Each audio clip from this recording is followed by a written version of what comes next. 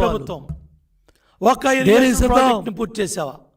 పోలవరం రాష్ట్ర సచివాలయాలను తాకట్టు పెట్టాలని ప్రాజెక్టును పూర్తి చేసావా? ఇవాళ మొత్తం తాకట్టు పెట్టి 370 కోట్లు తీసుకొచ్చావు. రాయలసీమ ద్రోహిగా ముందు వెళ్తే ఆనాళ్ళు చీపో అన్నారు, కొనేల కోసం. చివరికి హెచ్డిఎఫ్సిలో సాగర్ డ్యామ్ మీద తాకట్టు పెట్టి 2 రిజిస్ట్రేషన్ రాష్ట్రాల పోలీసులు వెళ్ళిన 370 కోట్లు అంటే ఇంత దుర్మార్గం ఉందా?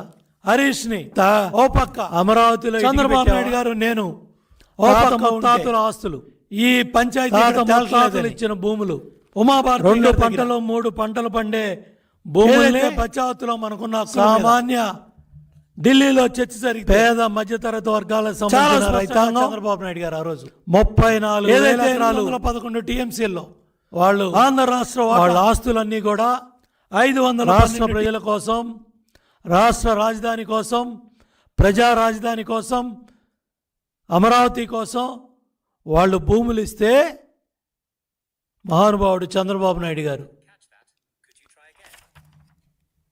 సెక్రటేరియట్ భవనాలు కట్టారు. 2017లోనే చెట్టు కింద ఉన్న పరిపాలనని బస్సులో ఉండి పరిపాలన ప్రారంభం చేసిన రాష్ట్రాన్ని సెక్రటేరియట్ భవనాల్లో తీసుకొచ్చారు. నేలపాడులో మహానుభావులు రైతుల త్యాగాలతో హైకోర్టు భవనాలు నిర్మాణం అయినాయి. ఆ హైకోర్టు భవనాలు నేలపాడులో నిర్మాణం కాకపోతే ఇవాళ మాట్లాడే గొంతులన్నీ కూడా లేకుండా చేసేవాడి, ఆ గొంతులను కూడా నులివేసేవాడి.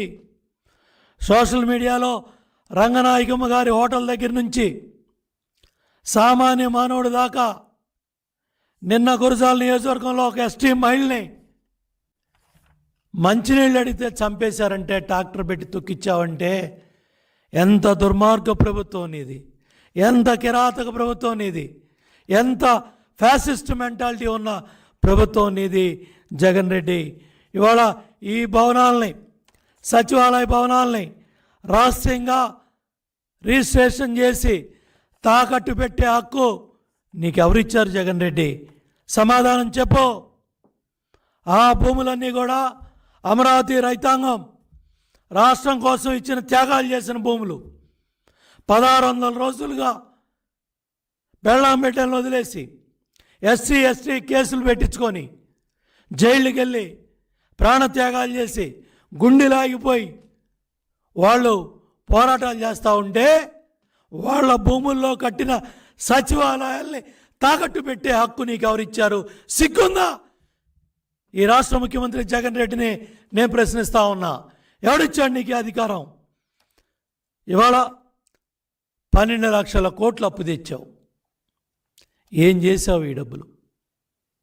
చంద్రబాబు నాయుడు గారు 68,000 కోట్లు ఖర్చు పెట్టి రాష్ట్రంలో పెండింగ్ ప్రాజెక్టులన్నీ కూడా 62 ప్రాజెక్టులు పరిగెత్తించి 23 ప్రాజెక్టులు పూర్తి చేసి మిగతా ప్రాజెక్టులన్నీ పరిగెత్తించి 68,000 కోట్లతో ఇరిగేషన్ రంగానికి స్వర్ణయుగంగా పోలవరాన్ని 72% పూర్తి చేసి పట్టిసీమ నీళ్లతో 13 లక్షల ఎకరాలు కృష్ణా డెల్టాని బతికిచ్చి పురుషోత్తపట్నం ద్వారా గోదావరి జిల్లాలను బతికిచ్చి ఉత్తరాంధ్ర సుజల స్రవంతి పనులు చేసి పోలవరాన్ని 72% తీసుకెళ్ళి సంగం బ్యారేజ్, నెల్లూరు బ్యారేజ్ పనులు పూర్తి చేస్తే గేట్లు పెట్టుకొని కులుకుతున్నావు. సిగ్గుందా జగన్ రెడ్డి నీకు? వెలుగొండను గాలికి వదిలేసావు. వెలుగొండ ప్రాజెక్ట్ ఎప్పుడో పూర్తి అయ్యేది, దాన్ని నాశనం చేసావు.